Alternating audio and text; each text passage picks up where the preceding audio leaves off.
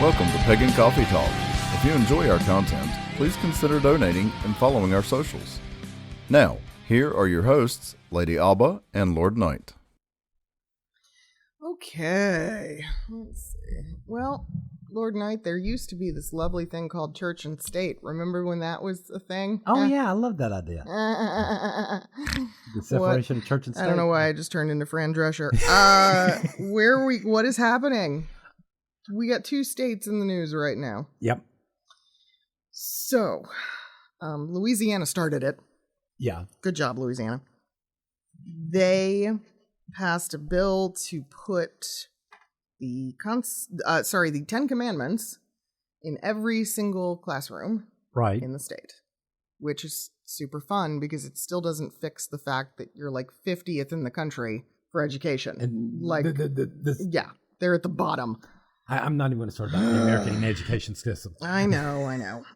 And then, as if that wasn't enough, good old Oklahoma stepped up to the plate and said, hold my beer.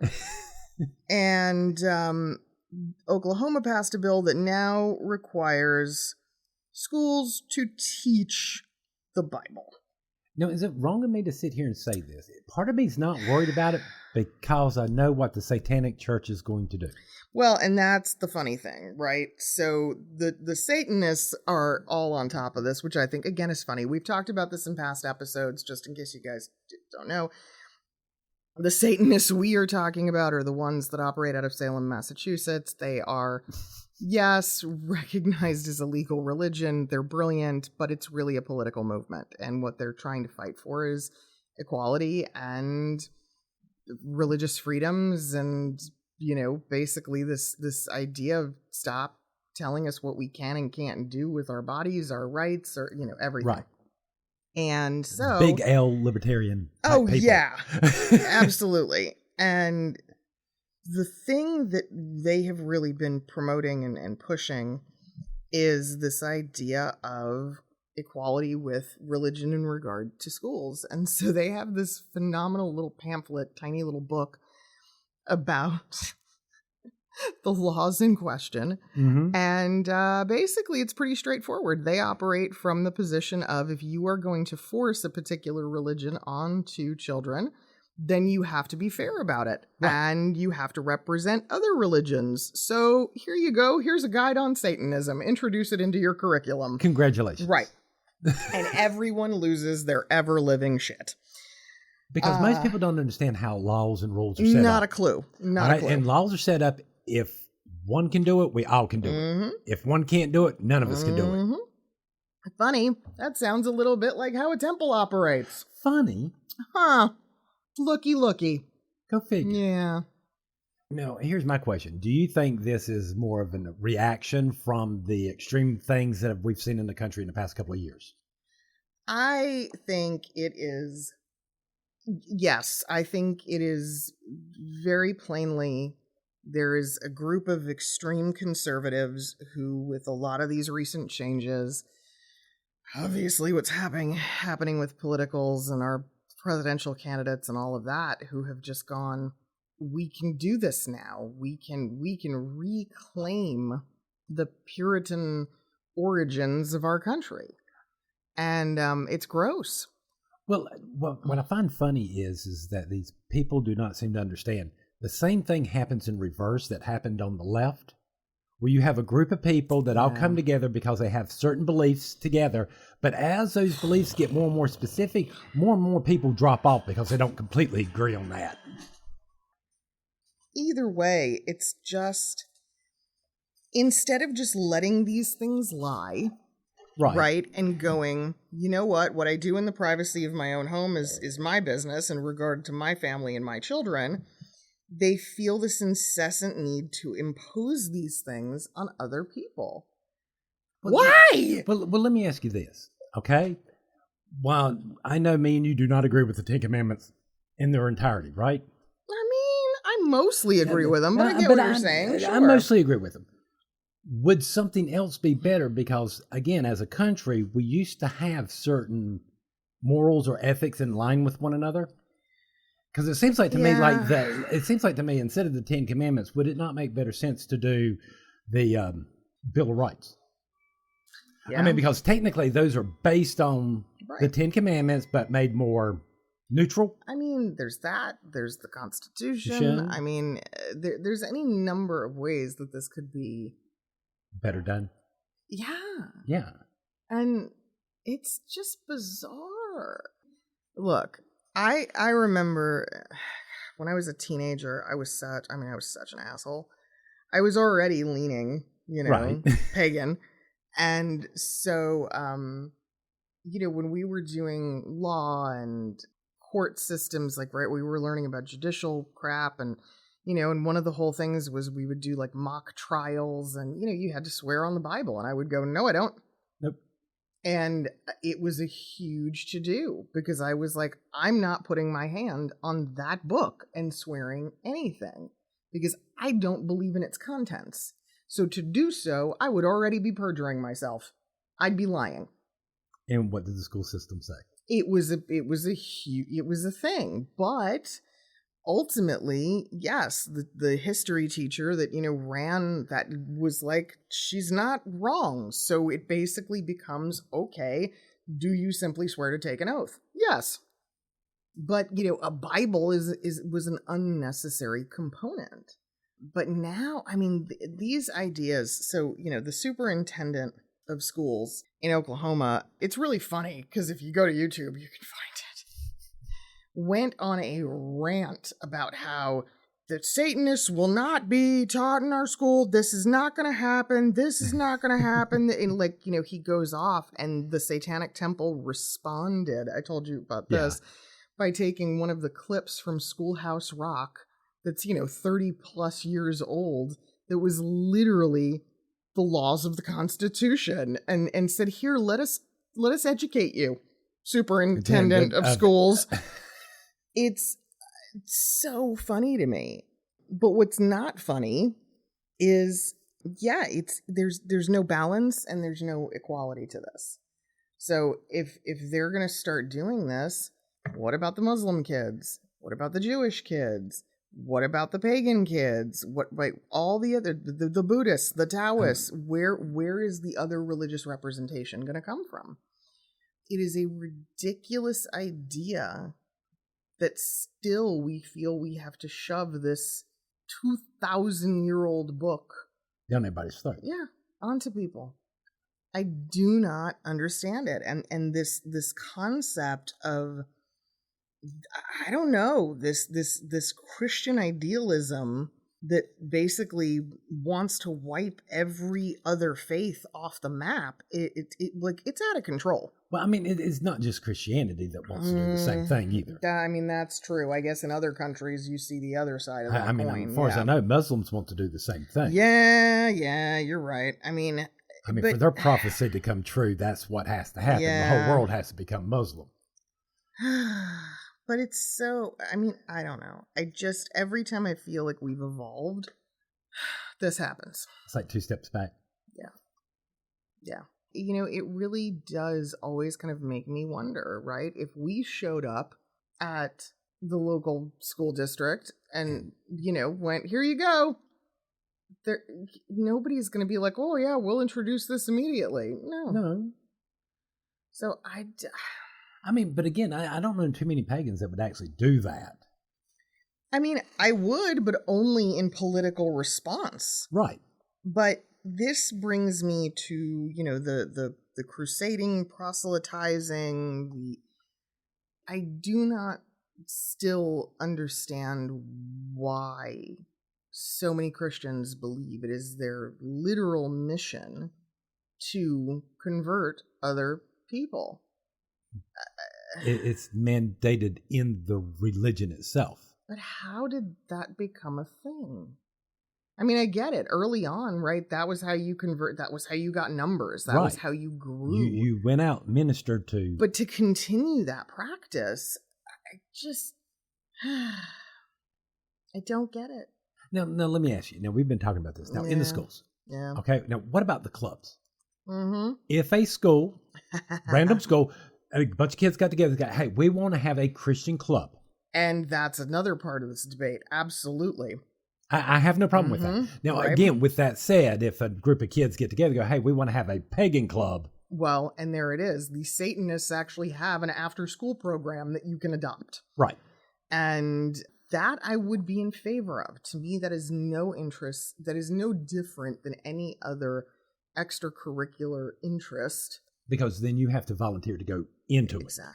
Exactly. One would hope at that point those kids are there voluntarily and of their own wants or desires versus someone forcing them to do it. Ignoring the parent in this, that no parents do that. They do. But, that's why I said I would hope. You would hope. But I mean, I also look at the other piece of this. Are children going to be given the choice or the opportunity to be excused from those lessons? Are they going to be, or will they be punished? I mean, we've also seen this mirrored in the prison system in this country, where it is very common for there to be a literal Christian mass held in the prison. And they try to make it mandatory that everyone attend regardless of their faith. And there's so many people incarcerated going, no. I don't want. Why? Why would that's not my religion? I mean, to me, this seems like a lawsuit to start off with. But yet these things continue to happen, and in the prison system and in jail populations, those inmates that are excused and they basically get told, okay, fine, you don't want to attend because you don't align with the faith, but they're punished for it. They're not given an alternative. They're given solitary confinement, or they're given, some other ridiculous means of isolation where you go, what? Right. So you're literally singling these people out and you're punishing them because they don't want to be preached to. If it's not part of this faith, you're not going to. Yeah. It's awful. And so I'm like, what's going to happen with these kids? And what's really funny about this is we're moving in a direction where modern society, right, less and less and less parents are enforcing religion upon their kids and are taking their kids to church regularly. We're seeing that loosening of society. And so that's the funny, right? Is this the conservative response to that? Is this it could be. Yeah. It could. But why are these parents not up in arms? Why are they not just absolutely livid that this is going on? Or do they just think there's no hope of fighting back? Or do we just not go on that and research that side of the story? We only, I'm sorry, I listen to a lot of these stories and that's all I ever hear. You're right. And and I don't live in Oklahoma, so it's not like, I don't have a kid in the school district. So it's not like I would know if there's some, I don't know, coalition or something trying to rally against this, because there very well could be. I mean, well, there's always a coalition rallying in the United States to do something. Yeah. Me personally, my feelings on all of this is, I personally think the whole public school system needs to be burnt down and forgotten about. Wow. And parents need to go back to directly educating their kids. Ooh, that's either homeschool or pods statement. And all this. This is getting to be bullshit. Wow. Because again, kids are being exposed to stuff that parents don't want them exposed to. I've been through the school system, the whole 9 yards. It sucks. When kids come out and they can't read, when they come out and they don't understand math, when they come out and they don't understand why 1 times 1 is 1. Yeah. And they don't understand the logic of the math behind them. It's such a strange thing, right? Because I was very fortunate. I had a great public school education. I had a phenomenal public school education. Like, I still believe. For me, I would say that. I can sit there and say the same thing. I mean, I was in special ed. I got special tutors and all this other stuff. But it wasn't exactly what I needed. What I think I would have needed or done better with is if I was homeschooled and my mom could tell my whole entire day based on my learning style. But that also puts a huge burden on parents that they can't all do that, right? They have to work. There's not always the ability for them to homeschool their children. No, but again, like I said, the pods and all that. Yeah. Again, instead of that tax money going there, can the parents put the money back in their pocket and find the right education for their kids? That's interesting because some places in the country have created their own like little municipalities where they've done that. Well, some of these places in like during COVID and stuff in these complex buildings, they created what they called a pod. They took a room, made a school out of it, and all the kids just went to it. Yeah. All the parents pulled their money together and got teachers. Yeah. Well, it's interesting because I half agree with you. I think that is definitely one possibility, but I think the other is that the public school system needs to be completely stripped down to just the basics again. Yeah. Math, science, English, physical education. Let the parents worry about philosophy and... Yes. And all the rest. Well, here's the other thing. It's not even necessarily the parents. That's what college is for. There is a reason that higher education, right, comes with electives and comes with the opportunity to pick and choose. But school-age kids, it should be very, very simplistic. It should be regimented, at least until high school. Yeah. At least until then. Because if that was focused more, I really do think, we would have better outcomes. It's more in line with what China does, and let's be honest, they kick our ever-living ass when it comes to academics. I'm still back to I remember why we have the summers off in the United States. It was supposed to be for when farming families needed the kids to help during the harvest. Yeah.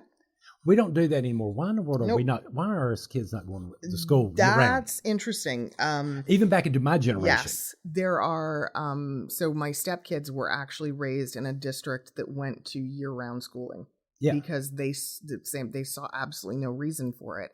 And you're right. The other thing is the idea of summer break has changed so much in the sense that it used to be a very physically active time. Kids would go outside, they would play, there were sports. Now these kids are like stuck indoors with gaming systems and YouTube. And I'm like, stop it. What the hell is going on? Yeah, it's just a waste. And so what it does is it gives them plenty of time to get lazy and disdain the idea of going back to school in the fall. Instead, when you switch to the year-round system, you just give them longer breaks throughout the year. They get, 2.5 weeks at Christmas. They get 2.5 weeks in spring. They get every semester, basically, they get a small reprieve. Great. Do that. Well, see, like Lady Keegan, now she homeschools, but I know she sets her kids up. They actually do school all year round. Mm-hmm. They'll do 4 weeks, and then she'll take 2 weeks off, and then do. Yeah, makes way more sense to me. But I mean, I know her youngest, and I'm not trying to give out info, but he's a little hyper, and she doesn't give him any medication because she changes his behavior and stuff to where he can run outside and play for a little while, come back inside, do a little bit more work. Yeah. Well, that's it. It's being adaptive to the child and their style of learning, but it's still making sure that the focus is on the things that they really need to learn. Yeah. And I mean, those basics to succeed. I mean, I'm sorry. I'm always like, what do you mean you're 14 and you don't know how to read a map? When you can't understand the concepts of quarters. Yeesh. That the basic word quarter, algebra. The word quarter represents 1/4. Right. Basic algebra. Yeah. Basic algebra. Yeah. I've seen so many people going, so how long's a quarter of an hour? 25 minutes. Holy shit. And you're like, What? Hoo-wee. A quarter of 60 minutes is not. No. Holy crap. All right. So again, this is, I think, is what our problem is. Yeah. We're too busy focusing on all the social. Mm-hmm. We're not actually giving an education. Yeah. Also, I will say, I do think, moms and dads have checked out a little bit. They're not as present in their children's education. They're they're just unaware. Mm-hmm. And that lack of awareness, that blind faith or Right. trust in the school is part of the problem here. Yeah. Well, I mean, it's that blind expecting the numbers or the rating numbers on music and movies to be correct. Oh, that's an interesting point. Yeah. Yeah. We can't. You're right. We can't trust. No. Yeah. Again, Gen X.